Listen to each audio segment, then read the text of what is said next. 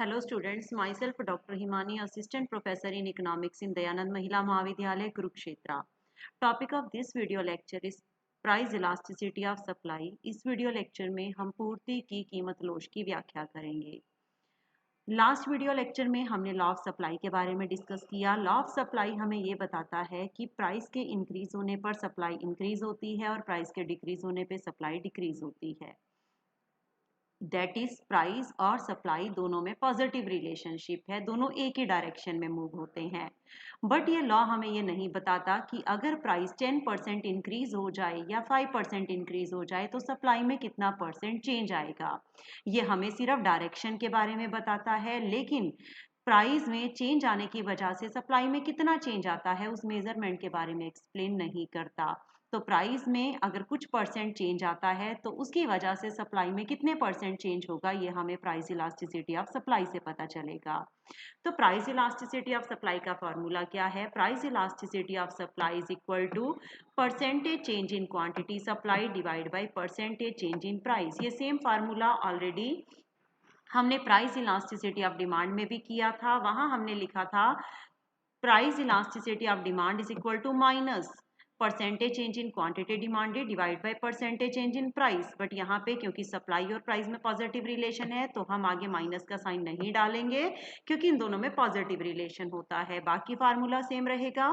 Percentage change in quantity supplied के लिए change in quantity divide by initial quantity multiply by 100। Similarly percentage change in price है, कीमत में प्रतिशत परिवर्तन है, तो delta P by P into 100 आपस में कैंसिल हो जाएंगे। Delta Q by Q divide by delta P by P. Numerator as it is delta Q by Q, denominator reverse हो जाएगा, पी ऊपर आ जाएगा, डेल्टा पी नीचे आ जाएगा। तो यहाँ पे फार्मूला आपका क्या बन जाएगा इलास्टिसिटी का? P upon Q into delta Q by delta P. Same formula यही इलास्टिसिटी ऑफ डिमांड का भी था, बट यहाँ पे माइनस का साइन था, वहां माइनस का साइन था, और यहाँ हमने माइनस का साइन नहीं लेना। लिप्सी ने डेफिनेशन दी प्राइस इलास्टिसिटी ऑफ सप्लाई की। According to Lipsey, elasticity of supply is the ratio of percentage change in quantity supplied over the percentage change in price। लिप्सी के अकॉर्डिंग इलास्टिसिटी ऑफ सप्लाई क्या है? ये एक ratio है, अनुपात है। और किस किस का अनुपात है? क्वांटिटी सप्लाइड में जो परसेंटेज चेंज आता है डिवाइड बाय प्राइस में जो परसेंटेज चेंज आता है। Same definition was given by professor Bilas also. According to him, elasticity of supply is defined as the percentage change in quantity supplied divided by percentage change in price। उनके according elasticity of supply क्या है? कीमत में प्रतिशत परिवर्तन की वजह से पूर्ति में जो भी प्रतिशत परिवर्तन होता है। हम एक एग्जाम्पल के थ्रू इसे सॉल्व कर रहे हैं, शो कर रहे हैं। Suppose when the price of a doll is ₹4 पर डॉल। मान लीजिए प्राइस डॉल का प्राइस, इनिशियल प्राइस है ₹4 पर डॉल। एक डॉल आती है ₹4 की।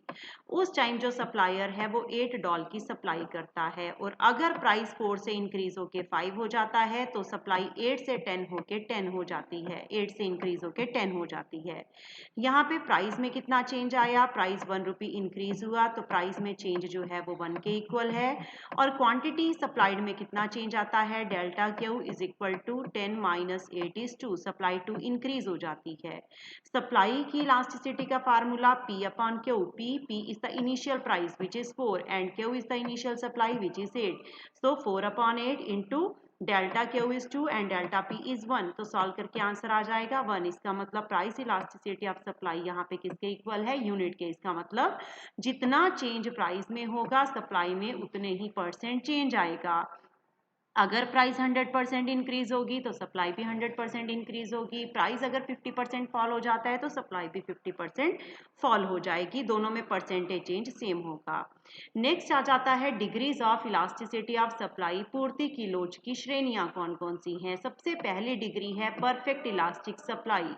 सप्लाई परफेक्ट इलास्टिक उस सिचुएशन में होती है जब गोइंग प्राइस के ऊपर सप्लाई इनफाइनाइट हो, लेकिन अगर प्राइस थोड़ा सा भी कम हो जाता है तो उस केस में सप्लाई 0 हो जाती है।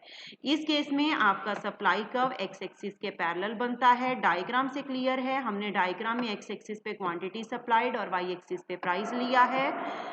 सप्लाई कर्व, क्योंकि परफेक्ट इलास्टिक सप्लाई कर्व बनाना है तो एक्स एक्सिस के पैरेलल है, जो ये शो कर रहा है कि जो गोइंग प्राइस है OS, उसके ऊपर क्वांटिटी सप्लाइड OQ भी हो सकती है, OQ1 भी हो सकती है, इनफाइनाइट कुछ भी हो सकती है। बट अगर प्राइस थोड़ा सा फॉल हो जाता है तो उस केस में आपकी जो डिमांड सप्लाई है वो जीरो हो जाएगी। सप्लायर बिल्कुल भी सप्लाई करने के लिए रेडी नहीं होगा। इस सिचुएशन को आप ऐसे लिखेंगे, elasticity of supply is equal to infinity, पूर्ति की जो लोच है वो अनंत के बराबर है। सेकेंड सिचुएशन हमारी आ जाती है, सेकेंड डिग्री आ जाती है perfect in elastic supply. Supply in elastic है, इन इलास्टिक मतलब सप्लाई में कोई भी चेंज नहीं आता। ये एक ऐसी सिचुएशन है जब प्राइस के इंक्रीज होने पे, प्राइस के डिक्रीज होने पे सप्लाई में कोई भी चेंज नहीं आता, सप्लाई हमेशा फिक्स रहती है। इसीलिए हम कहते हैं कि सप्लाई इन इलास्टिक है। इस केस में आपका सप्लाई कर्व वाई एक्सिस के पैरेलल बनाया जाता है। डायग्राम से शो भी है कि जब प्राइस OP1 है तो सप्लाई OS है, जब प्राइस OP1 से OP2 हो जाता है तब भी सप्लाई OS के ऊपर फिक्स रहती है। तो यहाँ पे सप्लाई इन इलास्टिक है, तो इलास्टिसिटी कैसी है, जीरो के इक्वल है, शून्य के बराबर है।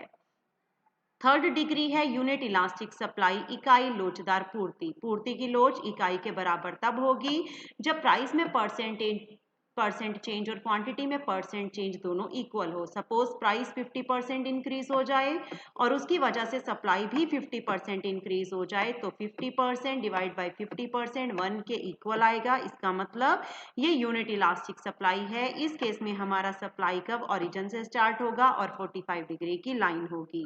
डायग्राम से शो हो रहा है कि जब प्राइस OP है तो उस केस में सप्लाई OL के इक्वल है। जैसे ही प्राइस OP से इंक्रीज होके OR हो जाता है तो सप्लाई OL से इंक्रीज होके OK हो जाती है। It is clear from the diagram that change in price and change in supply both are equal. कीमत में प्रतिशत परिवर्तन, पूर्ति में प्रतिशत परिवर्तन दोनों एक दूसरे के बराबर हैं। तो ये यूनिट इलास्टिक सप्लाई है। नेक्स्ट है more than unit elastic supply, इकाई से अधिक लोचदार पूर्ति। सप्लाई यूनिट इलास्टिक से मोर तब होगी, इकाई से ज्यादा लोचदार तब होगी जब प्राइस में परसेंटेज चेंज कम हो लेकिन क्वांटिटी सप्लाइड में परसेंटेज चेंज ज्यादा हो। फॉर एग्जांपल मान लीजिए प्राइस 50% इंक्रीज होता है लेकिन सप्लाई 100% इंक्रीज हो जाती है, तो उस केस में आपका फार्मूला है percentage change in quantity divide by percentage change in price. ये आ जाएगा 2 के equal which is greater than 1। इस केस में जो सप्लाई कर्व है वो वाई एक्सिस से स्टार्ट होगा और फ्लैट कर्व बनेगा, जैसे कि डायग्राम में भी शो है। डायग्राम में हमारा जो सप्लाई कर्व है वो हमने वाई एक्सिस से स्टार्ट किया है ओरिजिन के ऊपर से। ये आपका सप्लाई कर्व है जो कि थोड़ा फ्लैट बनाया जाएगा। सप्लाई कर्व आपको शो कर रहा है कि जब प्राइस OR था तो उस केस में सप्लाई ON है।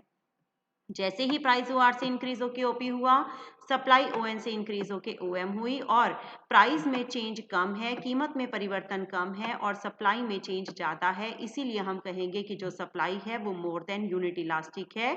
इलास्टिसिटी यहाँ पे ग्रेटर देन 1 है, इकाई से अधिक है।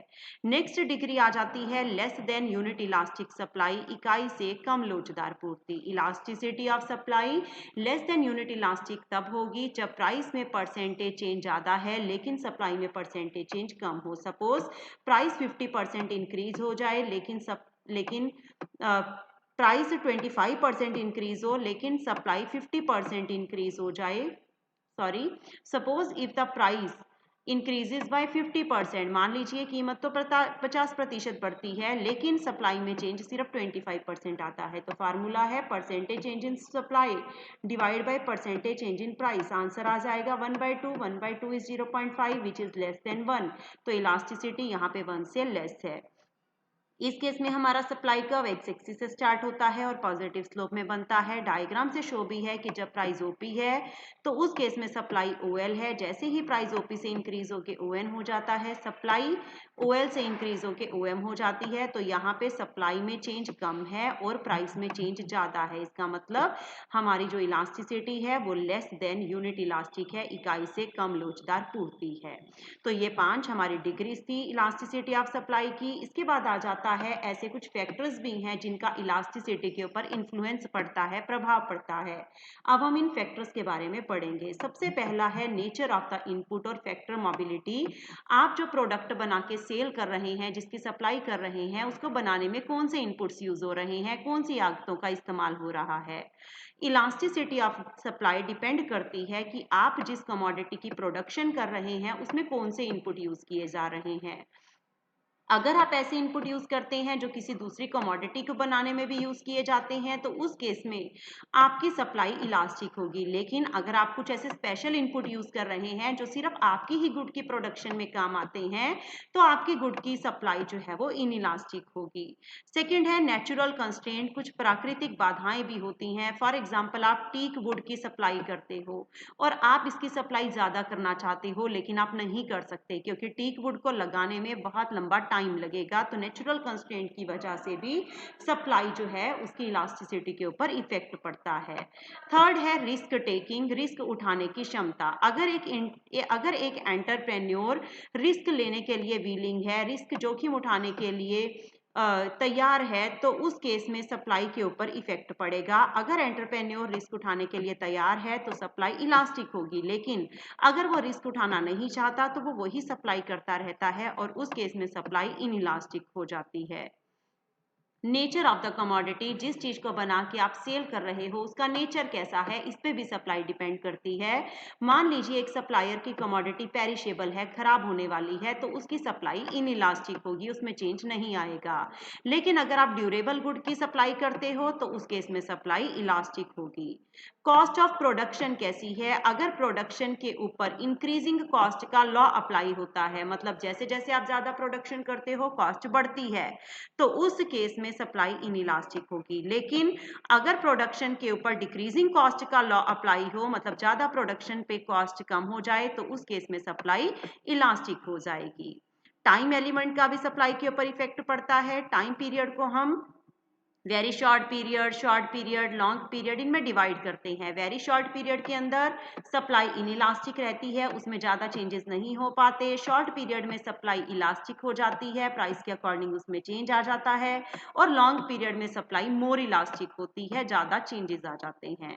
टेक्निक ऑफ प्रोडक्शन कैसी है। जिस चीज़ की आप प्रोडक्शन कर रहे हैं, अगर उसके लिए आपको कॉम्प्लेक्स टेक्नोलॉजी की ज़रूरत पड़ती है, ज़्यादा स्टॉक कैपिटल का ज़रूरत पड़ता है, तो उसकी सप्लाई इनइलास्टिक होगी। लेकिन अगर सिंपल टेक्निक से और कम कैपिटल की अवेलेबिलिटी से प्रोडक्शन हो जाती है तो सप्लाई इलास्टिक होगी। लास्ट टॉपिक आ जाता है importance of elasticity of supply. पूर्ति की लोच का महत्व क्या है। सबसे पहला है price determination and elasticity of supply. Time period जितना शॉर्ट होता है, किसी भी कमोडिटी की प्राइस के ऊपर डिमांड का इफेक्ट ज़्यादा पड़ता है। जैसे जैसे टाइम पीरियड बढ़ता जाता है तो प्राइस के ऊपर डिमांड का इफेक्ट कम होता जाता है और सप्लाई का इफेक्ट ज़्यादा होता जाता है। तो सप्लाई की इलास्टिसिटी से आप प्राइस के डिटर्मिनेशन में भी आपको हेल्प मिल सकती है। Second is factor pricing and elasticity of supply. Factor के प्राइसिंग में भी इलास्टिसिटी ऑफ सप्लाई का रोल है। मॉडर्न थ्योरी ऑफ रेंट ने हमें यह बताया कि जब भी किसी फैक्टर को रिवार्ड दिए जाते हैं तो वो उसकी इलास्टिसिटी के ऊपर, उसकी सप्लाई के ऊपर डिपेंड करते हैं। फॉर एग्जांपल, लैंड है, लैंड की सप्लाई फिक्स होती है, इसीलिए लैंड को जो है उसकी इनकम के लैंड की सर्विस के बदले उसे रेंट दिया जाता है। इसी तरह से कुछ और फैक्टर्स, लेबर, कैपिटल, इन सब की सप्लाई अगर आप देखते हैं तो शॉर्ट पीरियड में वो इनइलास्टिक होती है। तो एक्स्ट्रा इनकम जो भी ये अर्न करते हैं वो रेंट की फॉर्म है, जिसे आप क्वासी रेंट कह देते हो। जब किसी फैक्टर की सप्लाई परफेक्ट इलास्टिक होगी तो उसे किसी तरह का कोई भी रेंट नहीं मिलेगा क्योंकि उसकी सप्लाई अनलिमिटेड होगी। Taxation and elasticity of supply. जब भी फाइनेंस मिनिस्टर के थ्रू टैक्सेशन किया जाता है, टैक्स लगाए जाते हैं, तो सप्लाई की इलास्टिसिटी को ध्यान में रखा जाता है। जिन गुड्स की सप्लाई इनइलास्टिक होती है उनके ऊपर ज़्यादा टैक्सेस लगाए जाते हैं क्योंकि टैक्स का उनकी सप्लाई के ऊपर इफेक्ट पड़ने का कोई भी इफेक्ट नहीं होता। लेकिन दूसरी तरफ जिनकी सप्लाई इलास्टिक होती है उनके ऊपर लेस टैक्स इम्पोज किए जाते हैं, उनके ऊपर कम कर लगाए जाते हैं। Thank you so much.